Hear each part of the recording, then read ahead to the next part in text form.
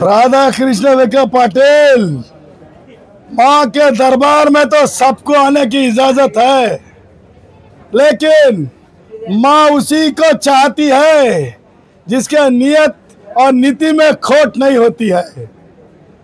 पत्रकारों से आके तो दो दो बातें कर गए हो, किसी का भी लेने नहीं देंगे और किसी का छीनने नहीं देंगे, लेकिन कानूनन तुम जानते हो, त्यांना माहित आहे की एखाद्या कायद्याच्या विरुद्ध जाऊन एखादा शासन निर्णय होऊ शकत नसतो।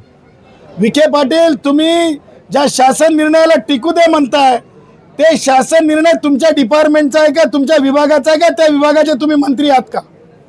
आईच्या दरबारात येऊन तुम्ही समाज कल्याणनी काढलेल्या शासन निर्णयाला टिकू दे म्हणून गेलात, समाज कल्याणनी काढलेल्या शासन निर्णयाला टिकू दे म्हणून गेलात।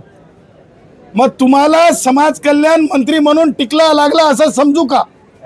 त्याच्यामुळे विखे पाटील, तुम्ही आईकडे जी मागणी केलेली आहे ती मागणी जी आहे तुमची मागणीमध्येच खोट आहे।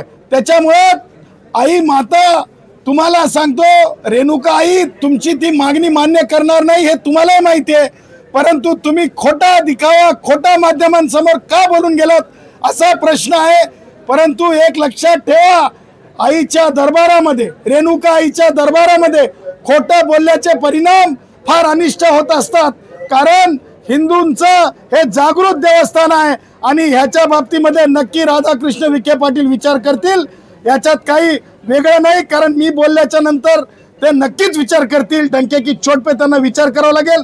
खरं सांगू का, राधाकृष्ण विखे पाटील दुसऱ्याच कामासाठी आले असतील, ते कोणत्या की सर्वोच्च न्यायालयाच्या निर्णयाच्या नंतर आणि विखे पाटलांवर गुन्हा दाखल झाल्याच्या नंतर, म्हणजे क्रिमिनल प्रोसिक्युशन सुरू झाल्याच्या नंतर हे मागणी करायला आले असतील, आईकडे माथा टेकवायला आले असतील की हे माता माझं मंत्रीपद टिकू दे, ह्याच्यासाठी विखे आले असतील। परंतु सांगून जाताना मात्र जरंग्यासाठी काढलेला शासन निर्णय मुखवट्यासारखा दाखवून गेले असतील, जरंग्यासाठी आणलेला शासन निर्णय मात्र मुखवट्यासारखा दाखवून गेले असतील।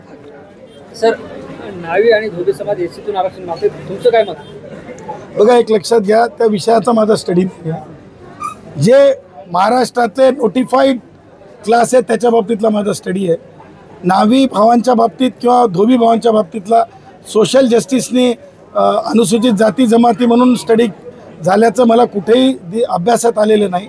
त्यामुळं ज्या गोष्टी अभ्यासात नाहीत, ज्ञानार्जनात नाहीत, त्या गोष्टींवर उगीचच आपलं कॉमेंट करणं योग्य नाही। त्यामुळं त्या दोन्ही जे तुम्ही विचारलं त्या बाबतीत नो कॉमेंट्स।